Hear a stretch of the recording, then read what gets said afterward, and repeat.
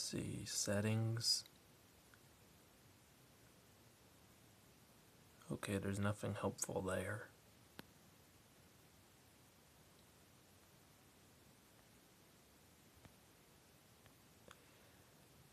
I've got to ban this guy, but I don't know how to.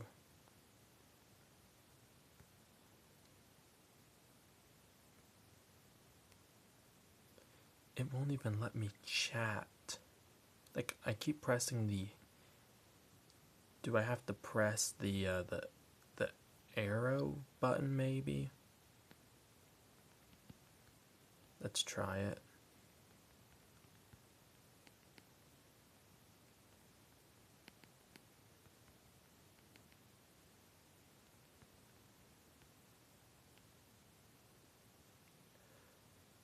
There. Oh, never mind. It is still not working. Oh, Finn. Oh, no, I'm afraid I can't make you a mod, so you can't ban it either.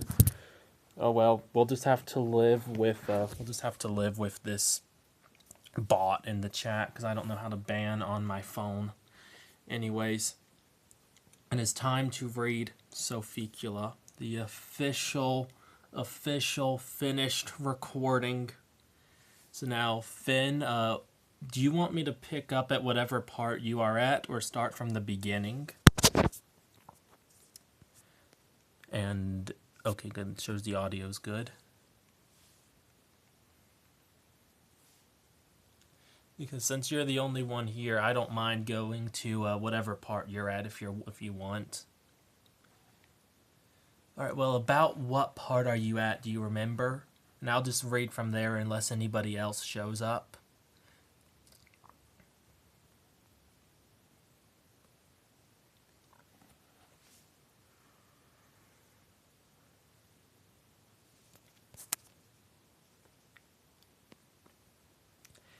Skip like after the super long dialogue with Pigeon and the other guy. Okay, super long. Was it the dialogue between Pigeon and Ziox? Like in the hospital? Because I remember he had a long dialogue there, and then he had his soliloquy or whatever it's called moment. It was about war or something. Okay, war.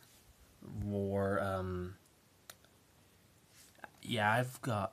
Oh, with Tristan. Oh, it was one of the flashbacks. Okay, let's see if I can find that. I've got no idea. This is 117 pages long. There's too much stuff in here. Oh, and I'll just... Can I even look up stuff on my iPad? This would be so much easier if I was home and not trying to navigate this stupid iPad. Okay, let's see. No. What do you mean you're not going to let me type up stuff? Yep, an average arson man streams spending the first 20 minutes fighting against technology. So at the very least, we're keeping it consistent. No, not word count. No, I don't want the word count. I will figure technology out someday. Just, yeah, but this is a trust me bro moment because there's no evidence. It's crashing again. Am I really going to have to look for... You know what? I am not going to... I do apologize, Finn, but I am not going to read through all of Sophicula, like skim through all of it to find that part. So I'm just going to start from the beginning if it won't let me look it up. So yeah, is that all right with you? Let's get the iPad.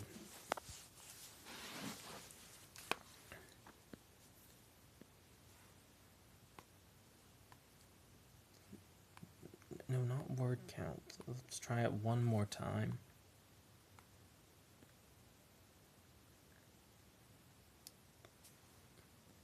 Yeah, it just keeps crashing.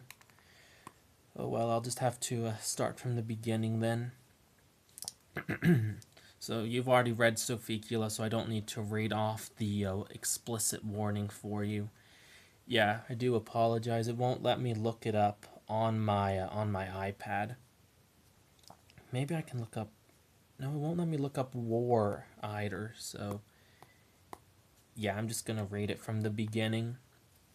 So you can go if you want. I'm not gonna reach the part where you're at. I know that that's very far down in the story.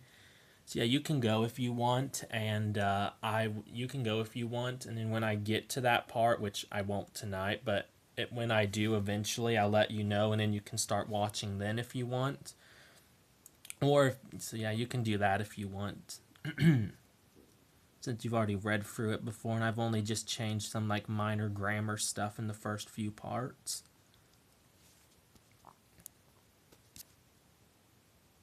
Yes, I'm aware of that.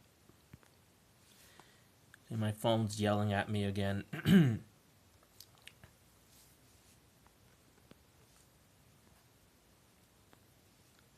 I'll try one last time while I wait for the stream latency to catch up to ban this bot. Let's see. Is it this?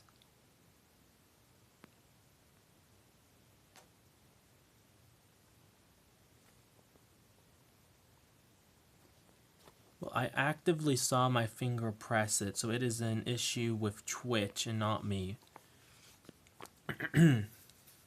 Oh well, I've been stuck at home with pneumonia for like a week. I'm bored anyway, so I'll stay on. Oh, I'm sorry to hear that. I hope your pneumonia gets better.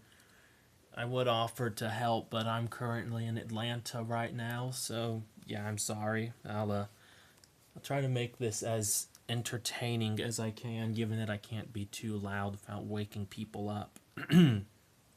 Alright, well then I suppose that no one else is showing up or will show up later, so I'm just going to get started because I'm not waiting. So first of all, you've already heard it, but it does show there's one other person in the chat, so I should give the warning in case that's true and someone's just being silent. Sophicula is a very graphic novel featuring many graphic, violent things, curse words, and other words, and aspects of dweeb and anime culture beyond the Naruto run and aura farming. Oh, hello, Birdman. We are just reading through Sophicula. Believe it or not, I finished it. 117 pages long. I am so proud of it. Anyways, if Sophicula were a movie, it would easily be rated R. So yes, if you want to quit, this would be the time to. Also, warning, I am... Oh, right. Are you a mod, Birdman? If so, can you ban the chat bot? I can't ban it on my phone. Every time I try to, it crashes. Yeah, it is kind of cringe. So, anyways, let's get started. Part 1. It was a perfectly normal shift at the newest McDonald's in town. The recent hire, Dave... Oh, I demoted you? Oh yeah, that's right. I went through like a power-hungry phase where I demoted everybody and made it a dictatorship. No, I promoted Evan. Hopefully Evan will show up then so he can ban it. I'll make you a mod again when I get to my computer. I'm on my phone right now. Anyways, it was a perfectly normal shift at the newest McDonald's in town. The recent hire, David Wasmart, was lounging in a chair in the dining area of the greasy restaurant. The room was a scattered mess of chairs, moldy food, a puddle of vomit resting in the corner, and the revoltingly glorious stench of colonial British people, despite this being Florida. How peculiar. Perhaps I should consider making a mathematical equation to solve why no one is at a McDonald's at 3 a.m. on Christmas morning. He spoke in soliloquy or whatever that's pronounced to himself. He looked over at the McDonald's sign outside and around at the interior lights of the building, all of them shut off, and he shrugged. That's not why. McDonald's can never close. I guess the lights just went out. I shall go troll Trump voters online. David pulled his phone out and went to the sacred place of infinite joy and wisdom. Quora. Donald Trump, he typed into the search bar. He scrolled and scrolled through the discussions and chat rooms that popped up until he found one that caught his eyes. Donald Trump teaches you how to get an AI anime girlfriend. David's plan to annoy Trumpians were left long forgotten, much like most children who had a father. Anime girlfriend, anime girlfriend, anime girlfriend, anime girlfriend, anime girlfriend. I should probably warn you both. Okay, Finn already knows, but Birdman, I am currently not at home, and people are asleep, so I have to do this kind of quietly, so don't expect any screaming. Also, I'm a terrible voice actor, by the way, so if characters' voices just suddenly change out of nowhere, it's because I'm bad.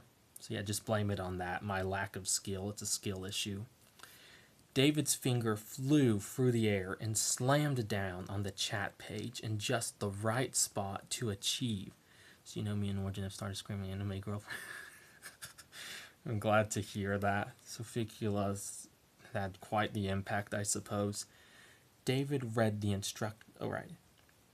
David's finger flew through the air and slammed down on the chat page in just the right spot to achieve perfect finger-to-link ratio. David read the instructions intimately, taking in every single word like he was reading one of his very disturbing Thomas the Train Ex Mojito from JJK fanfics. This is life-changing.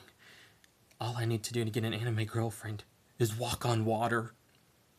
David looked between the counter and his phone, calculating potential wind resistance, gravity mass, throwing speed, phone weight, wrist to screen ratio, and the grain in the material on the counter, all in an effort to decipher the exact perfect angle and power to put into his toss. Alright, let's catch up on chat now. After I catch up on chat this one time, I'm going to start catching up on it in between sections. Sophicula is divided into like 30-something sections, and it sort of takes me out of the flow to go and look at it. So yeah, if I ignore your message for a while, I'm not ignoring you. I'm just waiting until I reach a moment where I can read it without like interrupting my flow. I have a clip of Origin doing it. Not you yet, though. No, you have a clip of me doing it. I read this part of Sophicula like 8 months ago. It's the only one I've read in chat. Not in chat, sorry, in stream so far. Speaking of, I need to ask Griffin's brother, I don't know what to refer to him as other than his real name, to send me the clip of you doing a backflip. I've never done a backflip. What are you talking about?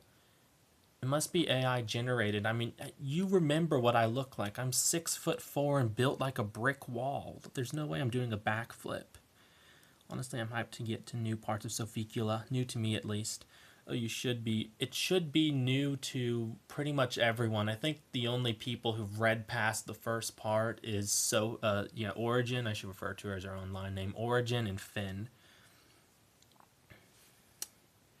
Anyways, now let's get back into it.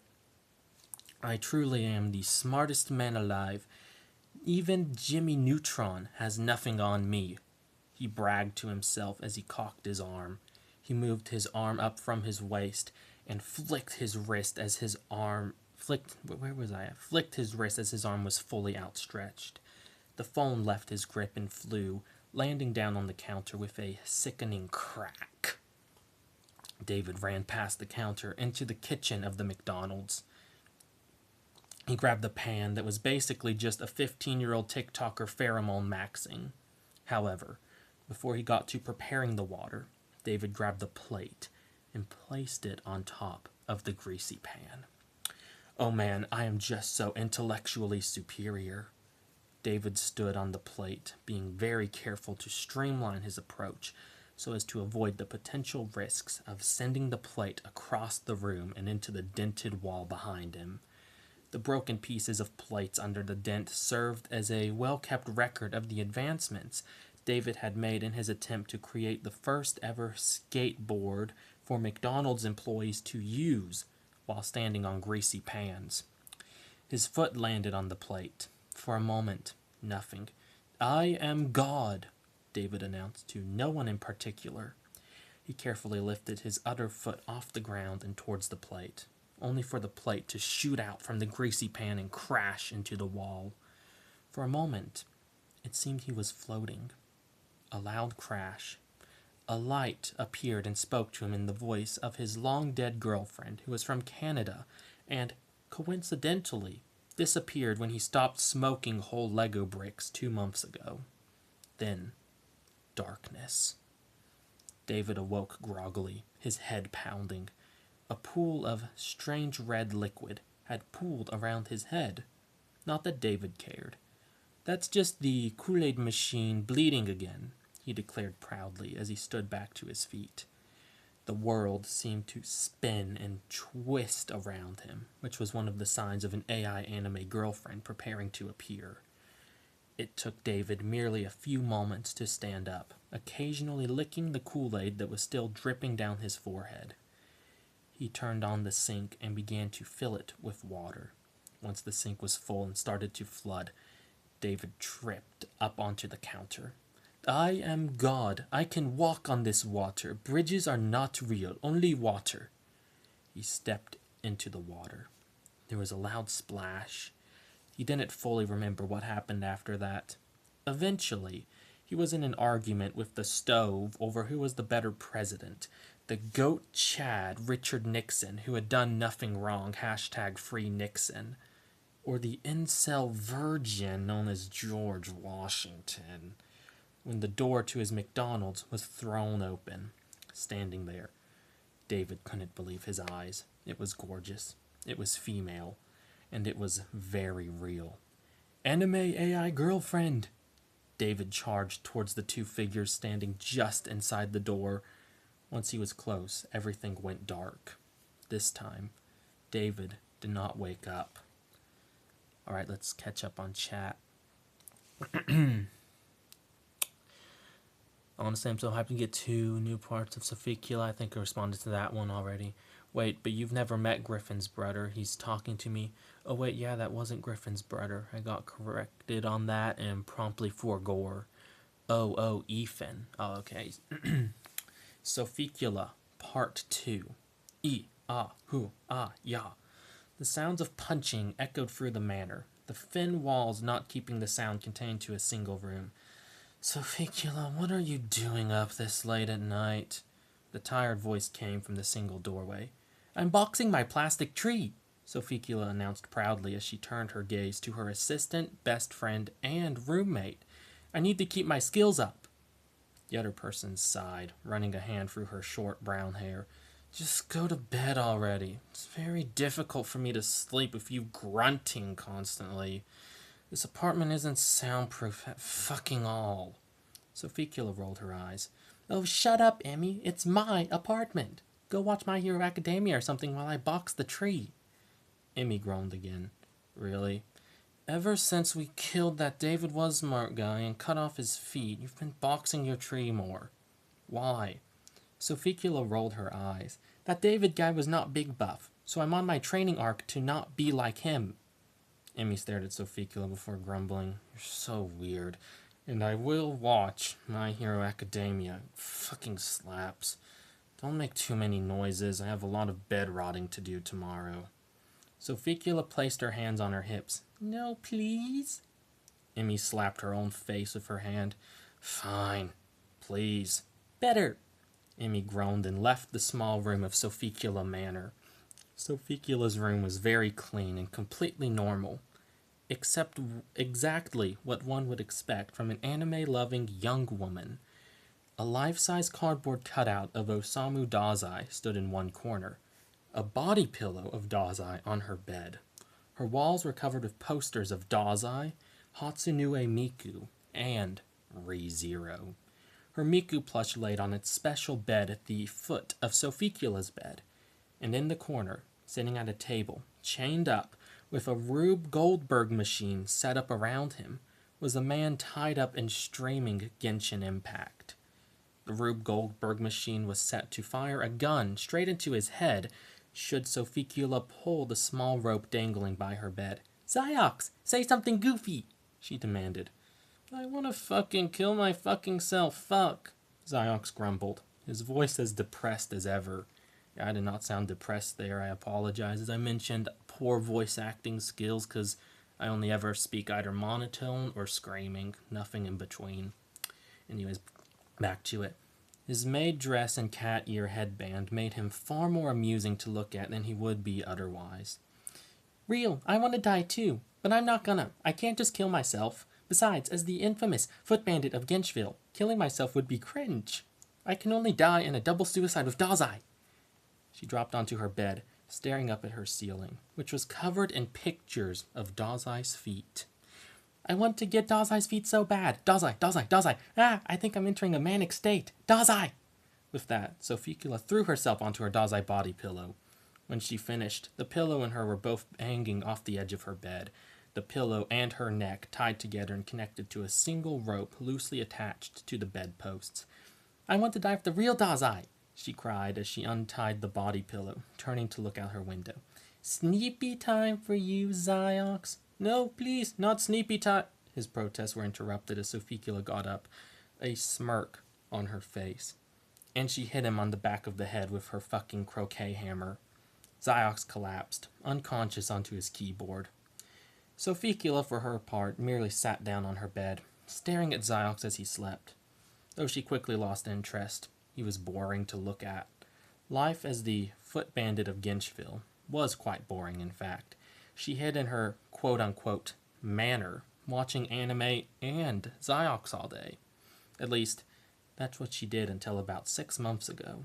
Emmy and her had decided it would be a good use of their free will to kill some people and cut off their feet. For the memes, of course. She sometimes played Genshin Impact herself too, and every once in a while went to the local bar and gambled. I have no life, she mumbled, collapsing back onto her bed, the 12 p.m. sads hitting her as always. Maybe I should sneak. After all, it is noon, and I have to wait until the sun is gone to do anything. Or I could write my Dazai fanfic, or my Freeman fanfic, or my Dazai X Freeman fanfic. But that's so much work. Sophicula rolled onto her side, looking at her Miku plush. She brought the plush over and then had an amazing idea. She grabbed her shoes and pulled the laces out, then tied them around her ceiling fan. She undid her second set of laces, tied them around the ends of the first, and then tied the second lace around another blade of the fan. When her contraption was finished, she hung Miku from it. Yeah, this is awesome! Woo! The Miku plush fell from the shoelaces and splattered face first onto the floor. Sophicula climbed to the edge of her bed and pulled the Miku plush onto it. She hurled the plush over against the headboard of the bed. Ah, the joys of being a young dweeb. This was enough of a distraction, for now at least. Oh no, I still don't even have any idea of what voice I'm doing for these ones. The news, let's catch up with chat and then worry about that later. Let's see. Oh my god, peak Sophicula voice. Thank you, I'm trying. Why do I sound so emo? OMG, this is hilarious. I don't know, I've just played the characters as... I don't even know why, I just did it subconsciously. There's no reason. Hatsunue Miku. Yes, I started writing this a year ago when Sophie was into Miku, so there was lots of Miku references in the beginning. Oh my god, they kidnapped Ziox. You'll find out later. Maybe they kidnapped him. Maybe there's just some weird anime stuff going on. And Sophicula is such a diva. Just you wait. Just you wait, Birdman. You want to see a diva? There will be a brilliant diva later on. What's good, brother? Jordan Han Valen said in greeting to the muscular man who walked into his quote-unquote office / the canopy under his double-decker bed where he spent his hours wasting away playing Roblox. What's good, brother? I brought you a message. Evan Muscles Armstrong explained as he stepped fully through the doorway. Jordan raised his eyebrows, intrigued. Is it the Eye of Ra? He asked, using his hands to push his glasses up his nose a bit. I am not sure. I didn't read it. I couldn't figure out how to open the envelope. Here's the report itself. Jordan took the envelope from Muscles. He grabbed a butter knife lying on his messy desk and used it to cut through the tape. He then opened it and pulled out a letter. Jordan opened the letter and pushed some of the Roblox merch off of his desk. He set the paper down and began to read. Letter. Dear Mr. Han Valen, I hate to disturb your ethereal and romantic evening, good sir, but I am Tristan McTalkative, the chief of the Celestial Impish Deviant Forces Apprehension Committee, or SIDFAC. in the beautiful rolling gray roads and starlit barns of Ginchville, Florida. Unfortunately, my fair municipality is under a mysterious and quite eternal cloud of darkness and depression. Some foul, villainous, despicable beast of burden and cosmos roams these lamplit streets, skillfully removing the gorgeous and perfectly curved appendages known as the foot from their masters.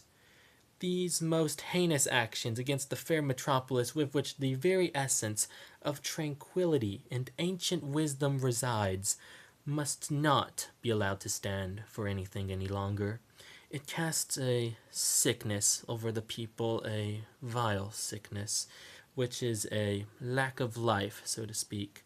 So, on my hands and knees, I humbly request, beg, and plead your lordship come thither and help us exterminate this dark cloud before we all collapse into a black hole and fade into the ether, forgotten and alone, with none to even mourn us via a ballad or requiem. We shall make sure to reward your valiant, brave birdsong efforts with plenty of magnificent, glittering riches. Sincerely, Tristan McTalkative. So, what did it say? Muscles questioned, leaning against the doorframe. Jordan looked up from his messy Roblox merch-covered desk and spoke. Skibbity. Very skibbity. We are being asked to go to Ginchville, Florida, and help stop someone who is cutting off people's feet. We are being offered a large sum of money in exchange for our efforts. So I say we hit the gritty, take the LSD, and go. After all, we need more money to pay for our investigation into the Eye of Ra. Jordan stood up and stretched. I say we go. After all, we need the money, he repeated. Muscles rubbed his chin, a thoughtful look on the muscular man's muscular face. If we go, I may have a chance to train in Florida. Maybe even ride an alligator or honey badger. But how will we get there? We aren't Taylor Swift. We don't have a private jet. Jordan nodded. Very true, brother. That is why we shall yeet ourselves the only way we know how. We'll steal an ATV and drive there? Well, hell yeah! Some action! Muscles! Muscles started to flex and grunt as he imagined stealing an ATV, lifting it in one hand, flexing, and becoming the most powerful to ever live. No, we are gonna make Caleb drive us. But we'll gritty over some orphans on the way. That's always Sigma. Let's game. The two of them stepped over to the doorway and opened the door. Because of course they did. What else would you do at a doorway besides bang your head against it? They went up the carpeted steps, through the house, and out into the backyard. A small shed was there conveniently, sitting in the corner of the small, well-kept, fenced-in yard. Jordan led the way to the shed and entered. The inside of the shed was vastly different from the outside. It was made of solid chromium. A single cylindrical control panel sat in the very middle of the shed. Jordan stepped over to it and pressed the red down arrow. A rumbling was felt inside the ground. A mechanical whirring sound was heard, and the floor, exactly 3 square feet of it, began to sink into the ground. It lowered itself meticulously. It must have traveled 50 feet when it came to a stop. The room they were in was built entirely out of chrome. Everything was perfectly squared and symmetrical. No odd angles out, nor any non-square shaped sections in sight. It looked like Minecraft, if we are being fully honest. In the exact center of each of the 4 walls stood a doorway. Engraved in the chrome above each doorway were words. Personal quarters, stay out, above 1. Server room, not for gaming, above the 2nd. League of Legends play area, above the 3rd. And work area, above the 4th. Jordan marched straight into the one titled work area. The chrome hallway went down exactly 8 meters and ended in a metal door. I'll handle this, Muscles declared. Jordan moved aside and Muscles strutted up to the door. He put his shoulder against it. Grrr, Muscles, Muscles, Muscles! Insert Dragon Ball Z scream here. Muscles pushed against the door. The metal screeched and then collapsed backward. Muscles! Muscles shouted, flexing. The other side of the door shone from the fluorescent lights built down inside of the floor for some reason, shining up towards the ceiling. The chrome reflected the light brightly, bouncing it all around. The air dropped the further they walked, their feet making soft clicking sounds on the chrome. The hallway went on exactly 10 meters more before it opened up into a large workshop. AI robot hand things moved all around the conveyor belt, latching and screwing and bolting things together. A soft screech of metal on metal was a constant in this room. The air was a cool 17.77777777778 degrees Celsius to be precise. The walls were made of chrome, as was the floor. The entire room smelled of a strange concoction of metal, car washing fluid, and Doritos. Sitting down in a chair in the left corner of the room, typing away furiously as if he was racing to find the latest Let's Game It Out video, was the man Jordan and Muscles had come looking for. He was tall, bordering on... oh my fucking god, I just remembered I wrote that. Bordering on 6'7". I did not realize Sophicula predicted fucking 6'7", because I wrote this part like February of last year. I predicted 6'7". I must be some sort of prophet. Anyways, back on with it. He was tall, bordering on 6'7", with incredibly short hair, as dark as the chrome was shiny. He was also skinny. He had on a white overcoat, white slacks, white t-shirt, white glasses, and white goggles above the glasses. His brown eyes shot up from the laptop to face Jordan and Muscles. "What are you doing here? Can't you see I'm working?" Caleb's voice was pushing the words out quicker than someone else may, because of reasons. "Brother, we need to get to Florida, Genchville, Florida to be precise. We've been hired for a job. This money is vital for the Eye of Ra case." "And we are going to ride alligators and honey badgers. Muscles!" Muscles shouted, his mind clearly in training mode already. "Look, I'd love to drive you too, but I am busy here. My self-writing pencils won't write themselves after all." Jordan looked over at the conveyor belt setup and watched as a pencil was put together by the assembly line. "I think it is putting itself together, though. Come on, brother. It'll be Sigma, Florida, real-life Florida men. IQ about it. You could meet real Floridians, brother." Caleb shook his head. "No, I need to make these calculations. Then I have to start marketing these pens, then start selling them to consumers." "Calculations for what?" Muscles asked, tilting his head to the side slightly. Caleb sighed. "To get the proper ink ratio right. Right now the machines are adding too much ink, and it overdoes the AI sensors, which causes them to explode." "And you're cooking this while that RNG can happen?" Jordan inquired. "Yes, you see, every pen has a different amount of ink in it. Then I'll see which one doesn't explode in 2 hours' time when I finish making all the different possible ratios of ink to cartridge open space." "Awesome! And when you finish, you'll drive us to Florida?" "No, I will not drive you and Muscles to Florida. My work here is far too..." Jordan cut Caleb off with an upraised hand. "If I may, brother, you are 2 months behind on rent. My mom doesn't let you rent our old shed for skibbities. Now, I'd be willing to pay you a phantom tax of the money, then take your cut to make up for the late payment." Caleb looked up, his eyes flashing with a hint of fear. 2 months? How am I that late? Then dang it, my bank account automatic service response payment and retriever machine, or Mbazripper, must have shut down again. I got so caught up in this, I forgot to check. But look, I can't just Jordan interrupted Caleb with another raised hand. No, if you don't come, I'll have to get someone else to yeet us. Where's Ethan? He could drive us there. In your car.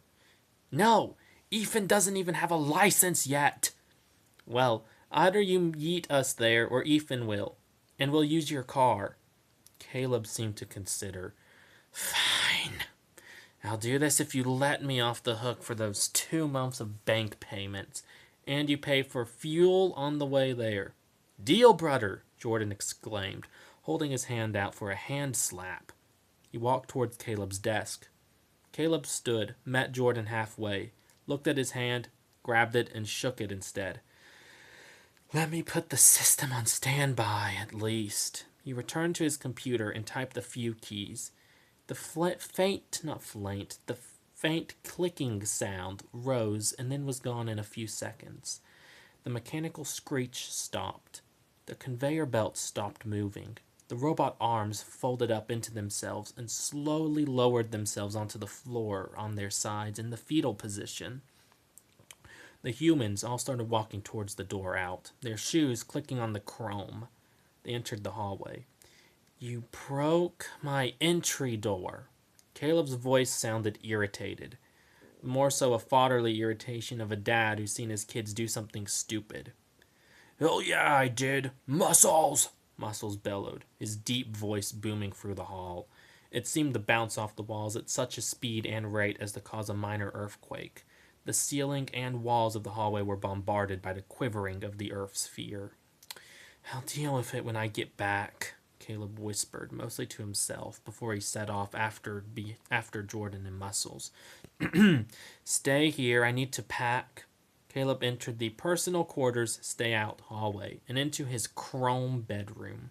He packed the essentials: chrome toothpaste, chrome toenail clippers, essential neck oils, and 8 pure white jumpsuits with chrome-lined pockets before he rejoined the others. Caleb walked up to the central control panel, pressed a button, and the chrome platform began to move up. The faint whir of metal hydraulics could be heard under the chrome as it fought against gravity, pushing up towards the shed above. Eventually, it reached its destination, and it came to a smooth halt. Come on, Muscles, I need to get packed.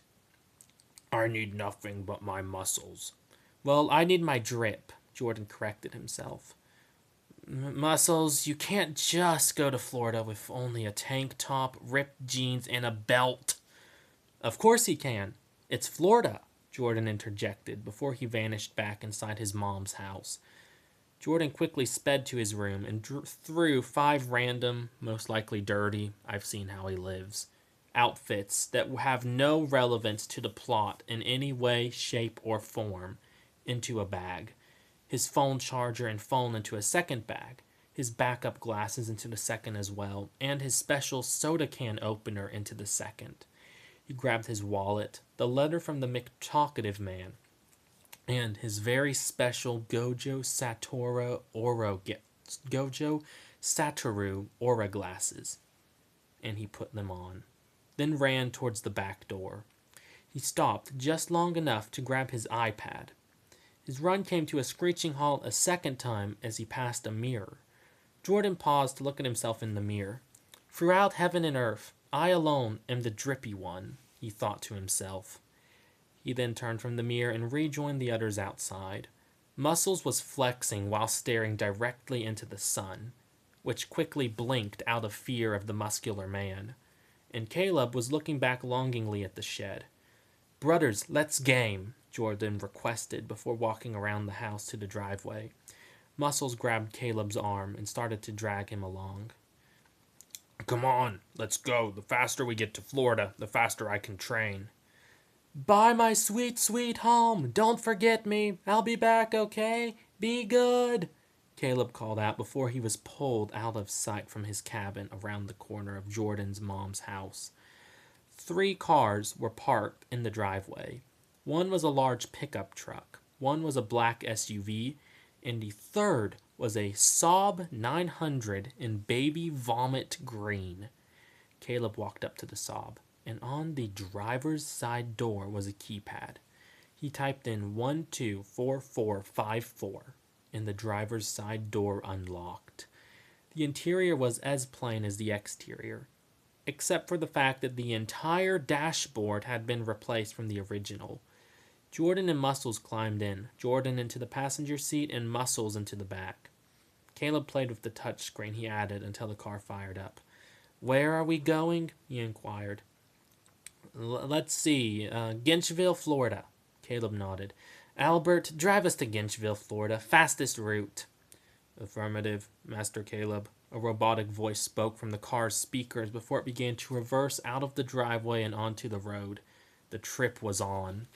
Alright, time to catch up with chat again. Let's see. I freaking love this. I'm glad that you are enjoying my poor voice acting of sophicula. 6'7", 6'7", 6'7". Yes, I didn't even realize. I just wrote 6'7" because it's a funny height to be. It's just slightly too tall to be like a normal height, but it's not so tall that it becomes cool, like with that football player. I didn't realize it would become a meme. Yes, 6'7" reference.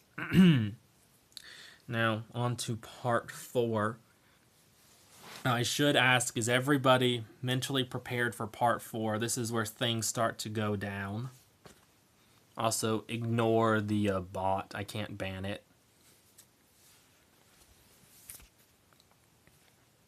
Well, Finn, I know you're ready for it. Birdman, are you ready for part 4?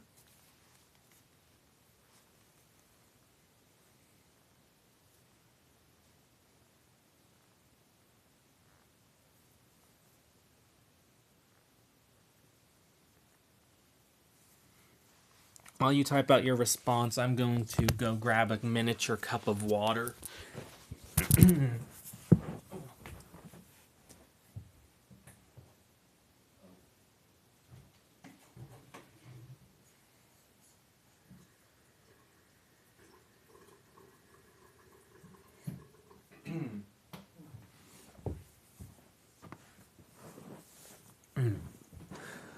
Alright, never mind. The miniature cups that I thought were there were not. And I am not... Fuck. Just pulled a SpongeBob on myself. It's brilliant. These pants were too tight anyways. Anyways, here we go. Part 4. I'm so ready. That's good to know. Oh, that's Sophicula's voice. Come on, hurry up. Clean faster. Sophicula shouted as she sat on her couch, staring at Ziox. I'm cleaning as fucking fast as I fucking can. Fuck. Ziox groaned as he pranced around the living room in his maid dress, cleaning up all the Mountain Dew bottles and half-eaten ramen cups left lying around. The stench was bad enough to make Ziox pause and gag. Emmy, who sat next to Sophicula on the couch, her eyes glued to the anime playing on the TV, shifted slightly. Why is McTalkative coming here again? And why do we need to clean for him? He's coming because he wants to play Honkai and simp over William Shakespeare. That's not what we're actually going to do, of course. Ziox turned to face her, a look of horror on his face. McTalkative. No, please don't make him come over. Last time Sophicula grabbed her shock collar controller from the couch armrest and clicked it on. The collar, connected to Ziox, sent a bolt of electricity through his tiny twink body. Shut up! I remember what happened last time. It won't happen again. He's the only one here who can pinpoint all of the foot crimes and murders on me. He thinks he's coming here to simp for Shakespeare and play Honkai, but I'm gonna get rid of him. Ziox breathed a sigh of relief as the smoke billowed up off of his fried neck skin, while Emmy grunted a bit in annoyance. Sophicula leapt to her feet, raising her fist high in the air. All we need to do is kill him, and we've guaranteed my dominance over all feet. Sophicula, that won't work. The cops will investigate you as the last person to have... What are you talking about? Sophicula interrupted, resulting in a small glare from Emmy. Excuse me. No, they won't. They're too busy being stupid to worry about this. They don't even have to look into the murders. They haven't even looked into them that have already happened. Emmy reached over to grab a pillow and whacked Sophicula right in her stupid toothy smile before she buried her face in said pillow. I swear you give me migraines daily, Emmy groaned as she stood up. Need caffeine. Sophicula turned to look back at Ziox. The twink was now walking around with Free Breeze, a free version of Febreze that Sophicula found in a landfill while she was trying to throw herself away a few years ago. The room itself was much cleaner. The floors were cleaned up and empty of trash. The TV was now visible, the old ramen cups gone from the armchair. The bookcase, covered in ReZero and Bungo Stray Dogs merch, was no longer swimming in 10 inches of dust. The only part of the old mess that remained was the stench of rot, mold, food, and sugary caffeine that wafted through the place like an unwelcome cousin at a family gathering. The thick, Victorian-era curtains blocked out all natural sunlight from entering the room. Instead, light came from the cheap luminescent light bulb hanging precariously from the ceiling. This is so fucking annoying. The fucking Febreze doesn't fucking work. Fuck. Ziox ranted, his voice going from the 5th to the 7th octave as he whined, which is something that I will not be attempting. I think the highest note I've ever reached while singing was B6, and I've never hit it again. That was a fluke. On average, it's like G sharp 5, so I can't even reach the 6th octave, besides that one time. Oh, shut up and work, or else I'll have to zap your useless little neck again. Hee hee. Sophicula giggled, watching as the short boy, spelled B-O-I, desperately tried to rid the room of the stench. Emmy stepped back into the room, carrying 3 Mountain Dew cans, and she sat down on the couch. I just fucking cleaned the fucking room, fuck, Ziox shouted. Sophicula grabbed the shot collar remote and pressed on the giant red button with a skull on it. Ziox's body twitched and flailed as he screamed in pain. Hey, only I can get mad at Emmy. Now shut up and do what you're supposed to do, maid, or else I'll make you sleep in the trophy room. Ziox nodded hastily, his eyes widening and his breath catching in his throat. Smoke billowed up from his neck. Without another word, he turned back to dancing around the room, spraying the free breeze everywhere he could reach. Which wasn't much because he's very short. Emmy grunted as she downed her first Mountain Dew and tossed the can at Ziox. Clang! The sound reverberated around the room, followed by a muffled thump as the can landed on the carpeted floor. Ziox slowly turned to face Emmy and Sophicula, his gaze blank and empty. He stared silently, a tense and threatening glare. Or rather, it would be if he was taller than 5'1" and wasn't wearing a maid dress and cat ears. Ba-ha-da-da-da-ha-sha-sha-ha-ha-ha! Sophicula cackled at the twink. You think you can threaten the foot bandit of Ginchville, you poor, sad little man. She zapped Ziox again, with more electricity than she had used last time. Clean, maid, clean! However, her fun was interrupted quickly by the sound of footsteps outside her door, followed by a knock. Sophicula gestured for Emmy to get the door. Then she leapt up and grabbed Ziox's left foot. She dragged him by the big toe of his left foot out of the room. Ziox tried to open his mouth to protest. However, Sophicula zapped him again before he could, rendering him momentarily silent. She dragged the Twinkie Twink into her room and tied him back into his gaming chair. It took mere moments of well-practiced movements to get her Rube Goldberg machine set up again. She grabbed one of her old body pillows she kept toenails in and wrapped it around Ziox's mouth. She tied the ends together, gagging him, and ran back to the living room. A man, who was roughly Sophicula and Emmy's age, stood there. He had dirty blonde hair tied back into a ponytail. He was wearing a bright silver suit fit with a blue tie and golden belt buckle, along with perfectly clean white sneakers. He stood maybe at the height of Ziox, if Ziox was 5'7" and not 5'1". Tristan! Alright, let's see. I'm literally dying at the hee. Also, the funniest part of this is that I don't even like anime that much anymore. Alright, ow, my foot. Stop cramping. Stupid thing. As I mentioned, this is very outdated. I wrote this part like, I think 10 months, 9 months ago, something like that.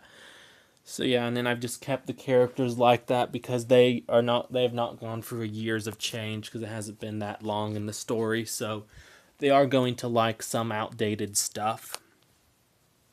Oh no, what voice did I use for him again?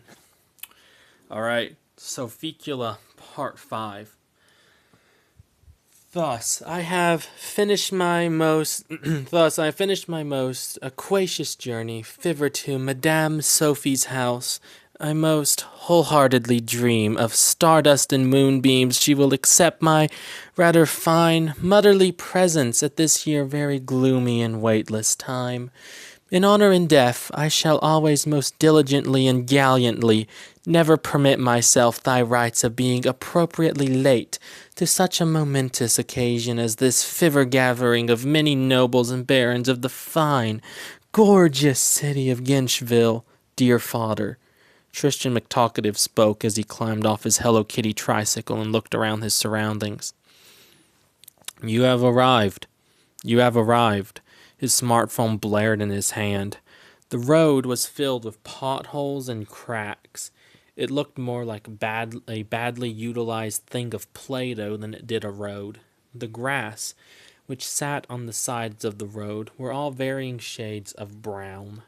He swore a few pieces even looked black. There stood 2 buildings within sight. 50 feet down the road was a Dollar General, and 10 feet before him, a small house. The house was old, dark, and worn down. The brick walls were cracked and faded. The gravel driveway was rocky and, to Tristan at least, rather gross. The lone tree dead. A gravestone lay lubriciously in the front yard. Here lies Sophicula's hopes and dreams. RIP. 2008 to 2027, it read.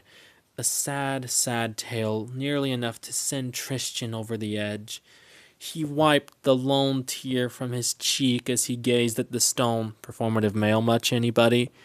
He stepped gingerly over to the dead blade of grass, picked it gently out of its spot, and placed it before the gravestone.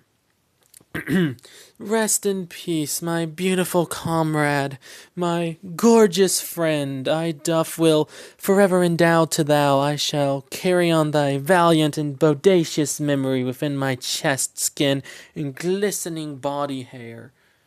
My endeavoured and troubled heart doeth it beat for thou.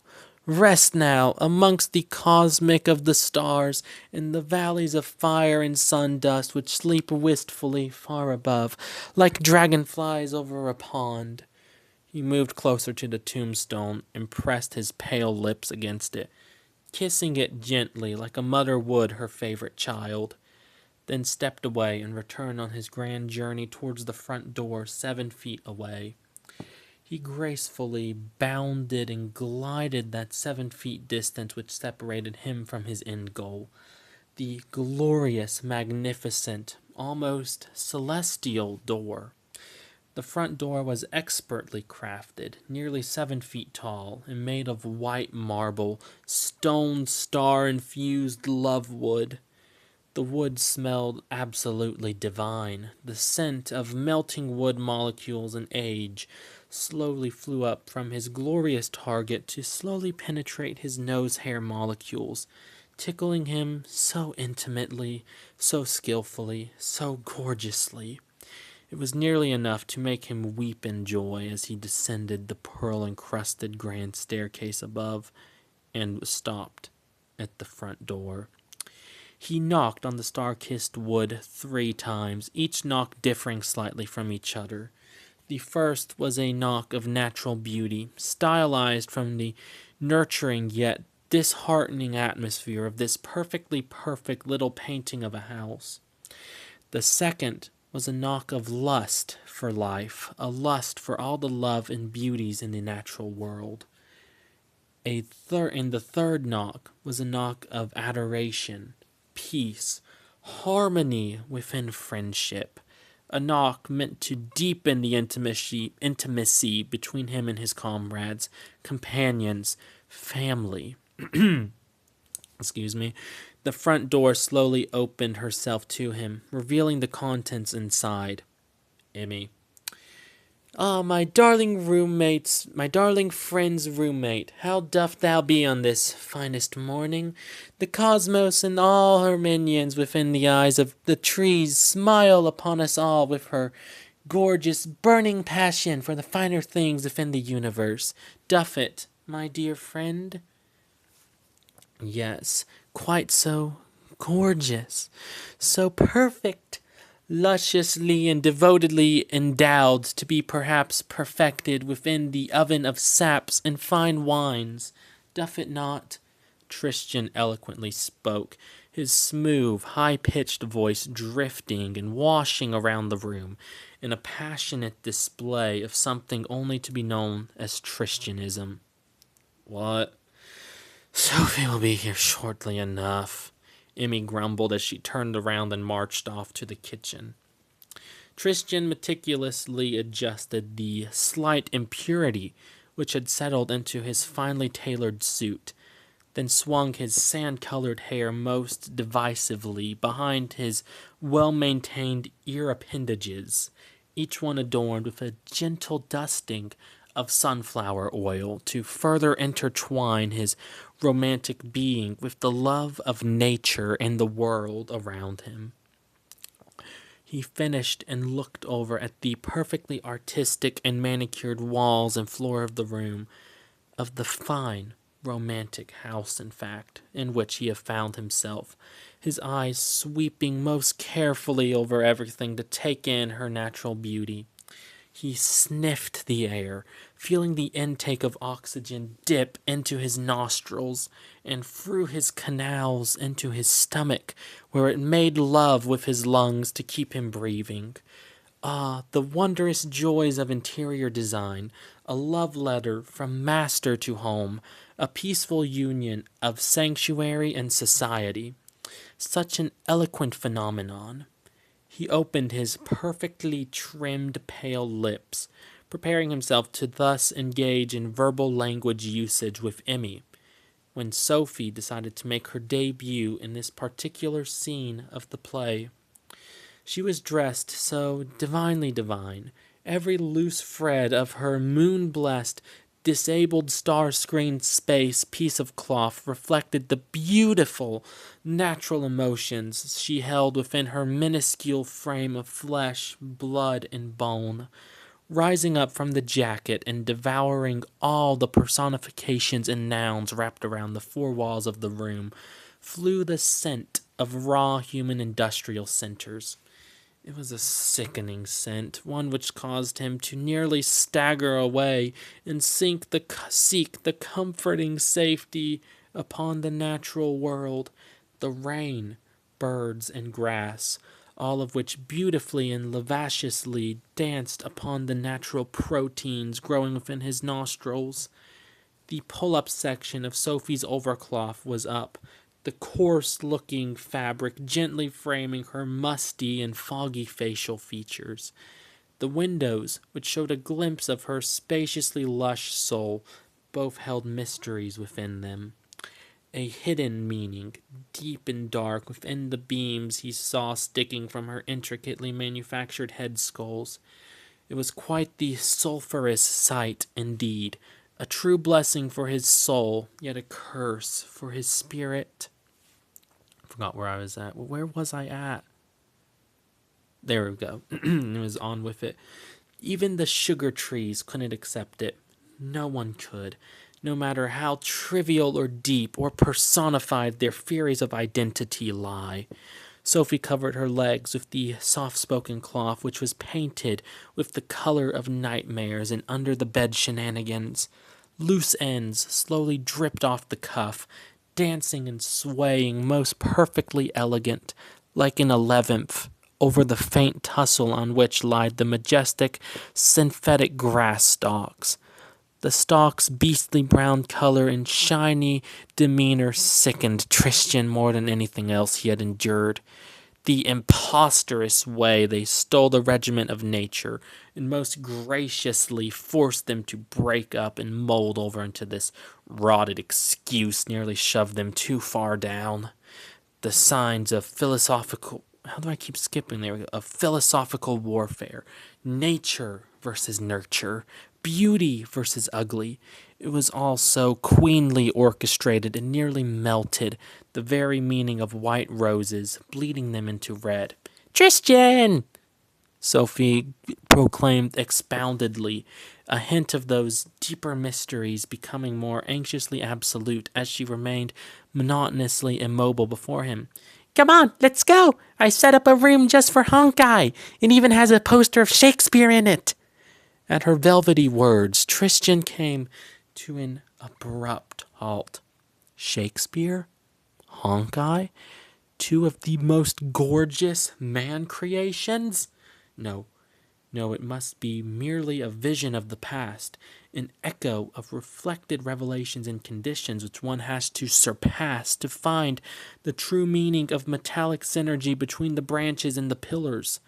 The very thought made his knees stab him in the back. His vision grew so very mellow and lost. It was as if a beast had awakened inside, forced its way through his veins and bone flesh, and wore his skin as its new chiropractic home. The dazzling elements, the excited conversations, the limitless addictions, the carnivorous candle-lit reviews of tapers and faders which have long since gone silent. It all was a gorgeously planned path to persuade him to follow it. A seductress he couldn't resist. Raising his hands most earnestly above his jawline, he lifted the sculpted motif heel he wore and began to soar. Down the path he flew, faster and faster, until he felt the life force smack into an invisible glass cage. A box, holding him down, keeping him trapped. He could feel cold hands crawling all over his skin, tickling him most prefectually. The cold steel dance in which he endured was a lavish ode to his past requirements and requiems. All the feet were plastered around him, wiggling and giggling. He felt something shoveling into his limbs, entrapping him in this isolated box. A floating face appeared above him, looking down. Its features were similar. It was those of Sophie's. "What are you doing?" He tried to force an answer, but the entity denied him access to the answer bank. His dialogue had failed. "What is this place?" He screamed, and it changed a thing.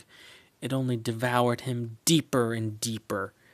There was a single fatal snip. He felt as if he had lost a part of himself. Then a second. The entity grinned, holding up his shoe, a red paint smeared around the edge, what looked like to be flesh held within. He tried screaming again, but felt his mouth had been silenced, barricaded, and locked away. The entity lifted the flowing shoe to its lips and dumped all the cherry juice down its manicured lips into its neck throat. Finally, it clicked. The light bulb flickered and floated. A single thought pressed repeat within his head brain. Sophie's the foot bandit of Genchville. His last view was of the 4 damned walls, feet plastered on them, the devices of extraction and implementation bloodied and crusted in the corner, before the fatal assault came. It was over. He had lost. He hadn't been able to defeat the foul beast. In fact, the beast had been his friend. With a last, strangled gasp, he gave up the ghost and willed himself to a land far away from the pain and exfoliation. And there we go, Sophicula Part 5. Now we've got Part 6 next. Let's catch up with chat first. Okay, so there's no new chat parts.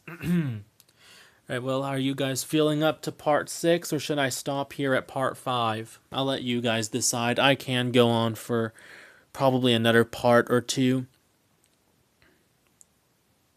10 out of 10. Yippee, part 6. All right, Birdman, do you want to hear part 6 or do you have to go somewhere?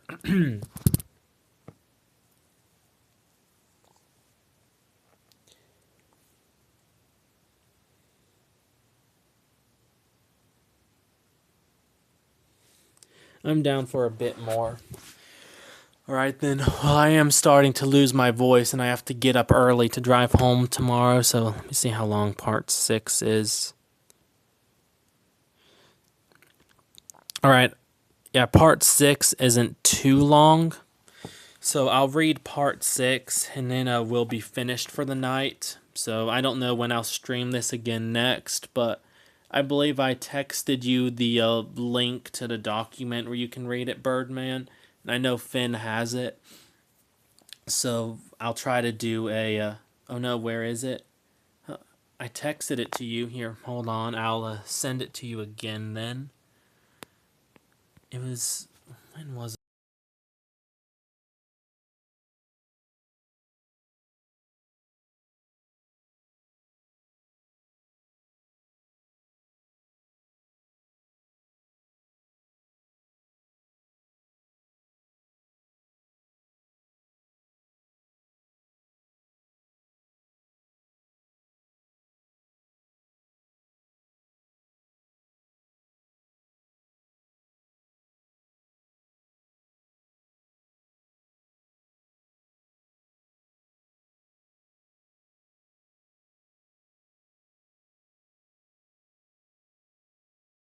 Prefer my rather shitty voice acting, you can read it. Your voice, you said you were gonna lose it. Yep, I probably will. I don't know, but I'll go on with part 6. So, anyways, I almost never talk. So I'm sure the more I do it, the more my vocal cords will get used to being used again. Seriously, I think on an average day, I say like 75 words or something like that. So yeah, I sent it to you. So I'll go on with part 6, and then I'll probably go on to bed, and next time I stream, I'll read more of it. I appreciate the voice acting, but I also absolutely go and flip through the document to fill in the gaps wherein I zone out. Yeah, sure, you can do that. You can read on ahead if you want to. It doesn't really matter to me. Anyways, I'll get on. Unrelated, yippee, I finished my emo drawing. Oh, good job. If you get a chance, can you send it to me later? Unless it's like something personal you don't want to share. Because I do want to see it. I like good artwork. Anyways, I'm going to clear my voice one more time and then power through part 6. Because it is getting a bit raspy. Luckily, this is like Jordan and them. So I don't have to do the sophicula voice. That's what's mostly killing it.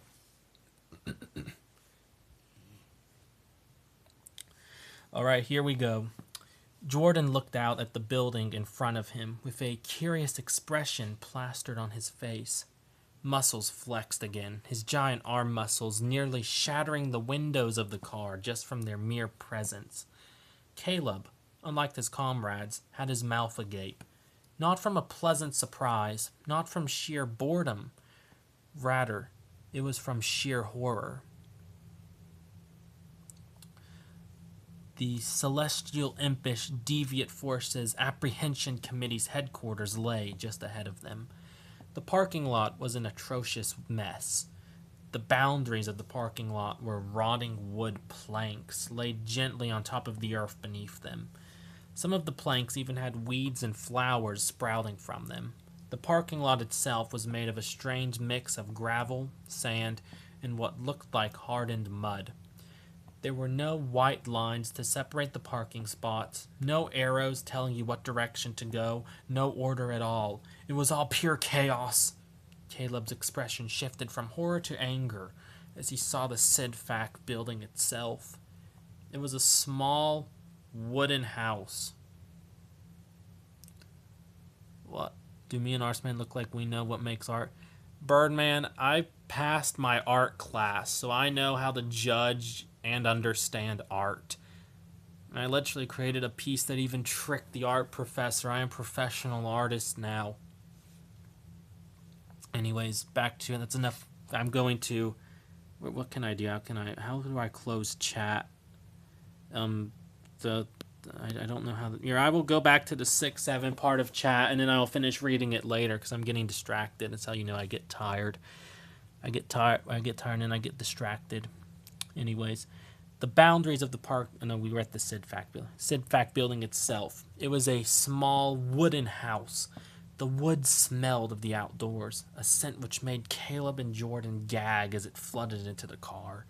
The ceiling had a massive hole in the center, out of which a tree grew. Oh, and the house was built on a tree. What type of a monster is this? Everything is wrong! Caleb screamed, his eyes blazing.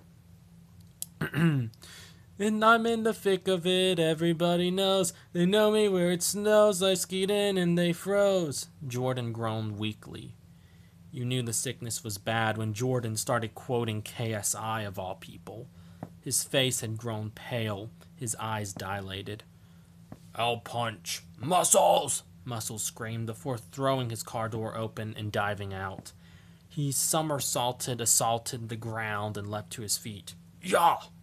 His fists flew through the air, his punch so powerful it almost felt as if the earth itself had moved a quarter-inch off its rotational axis. Axis. I can't say that word right now. Inside the car, Caleb reluctantly took control from Albert. He parked the car in the grass next to the parking lot. He would not dare park his baby in such an atrocity as that thing. Caleb, I need the pills, Jordan mumbled, his voice raspy and weak.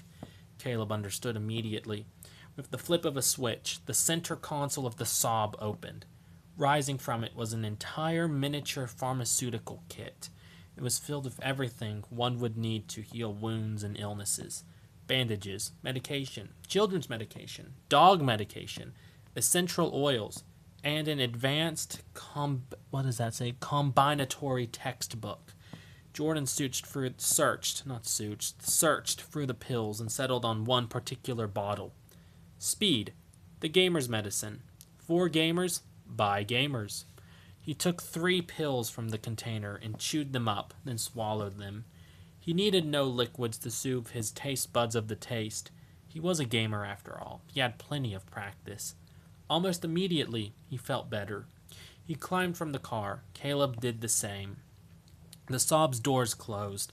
A robotic hand emerged from the exhaust tip and wrapped chains all around the car, then applied a bike lock. All locked up. All locked up. No, that's not the wrong voice. My voice is lowers as I lose it. All locked up. Let's go, Caleb commented. They joined Muscles in the parking lot. Caleb almost looked as sick as Jordan was earlier standing in such a disaster.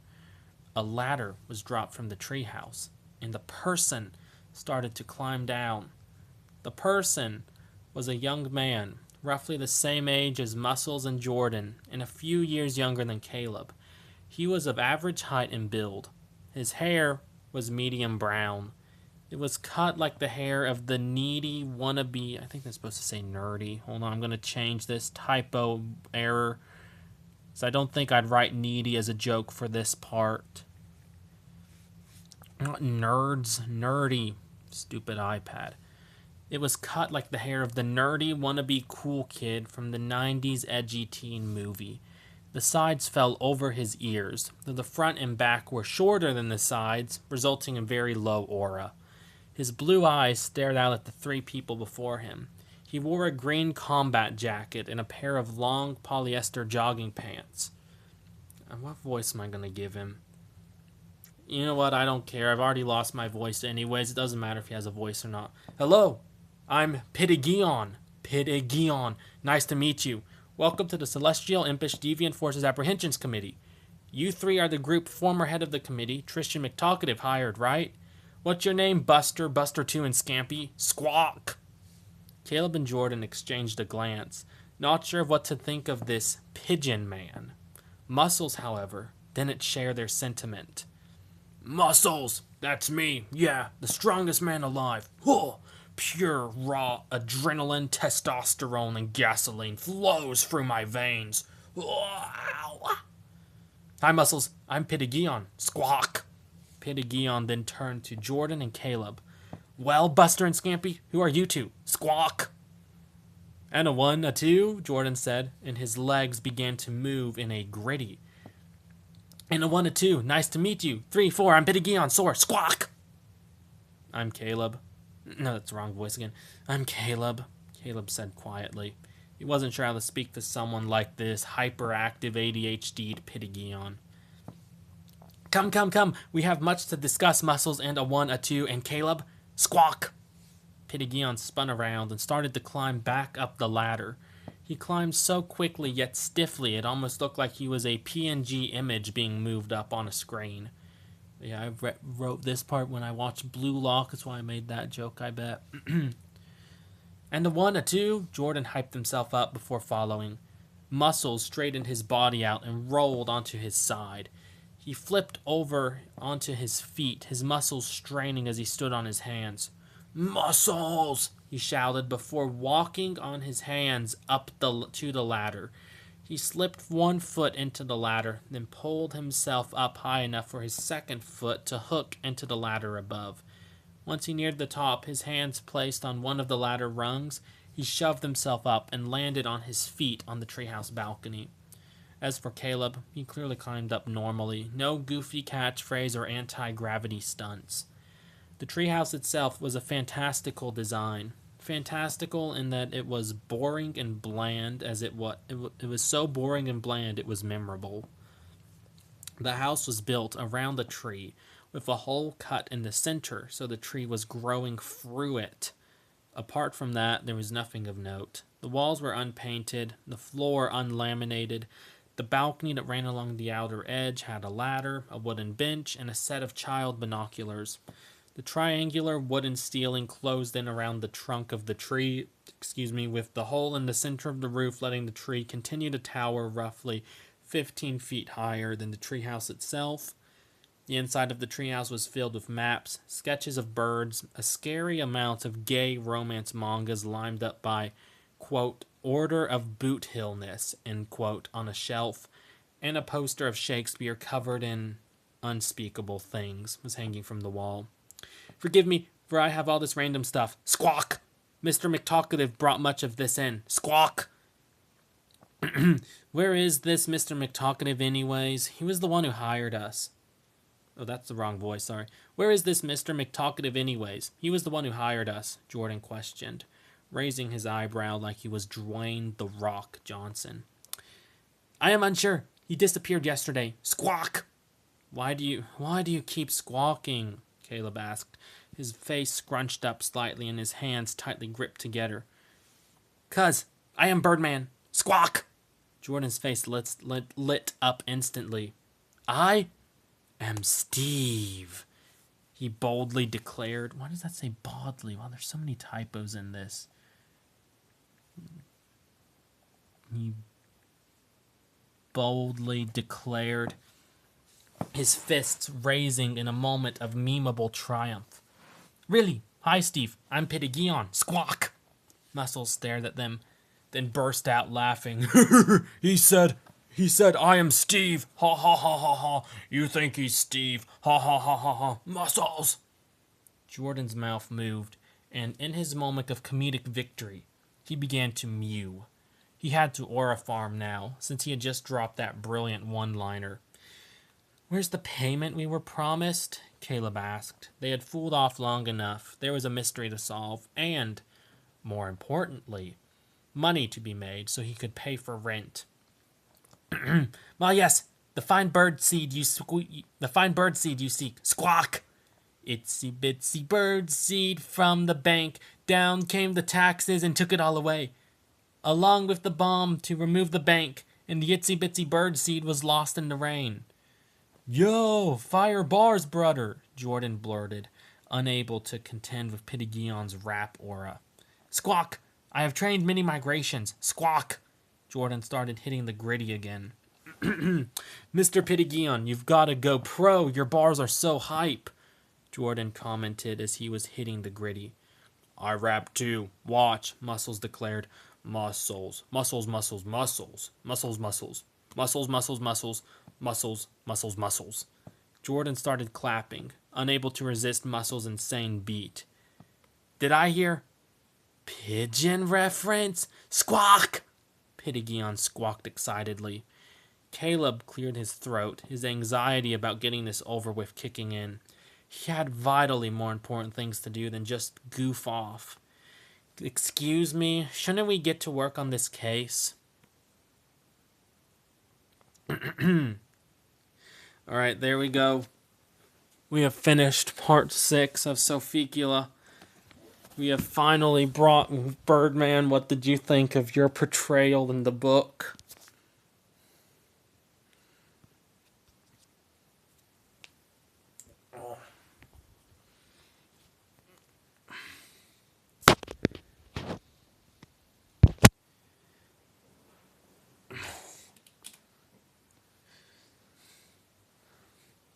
I don't know whether you are... I'm pretty happy with it so far. That's good. Alright, well, unless there are any last-minute questions or comments about Sophicula, I will go on ahead and end the stream now. So, are there any last-minute questions or comments to ask me as I lie here rolling around on the floor to stretch my back?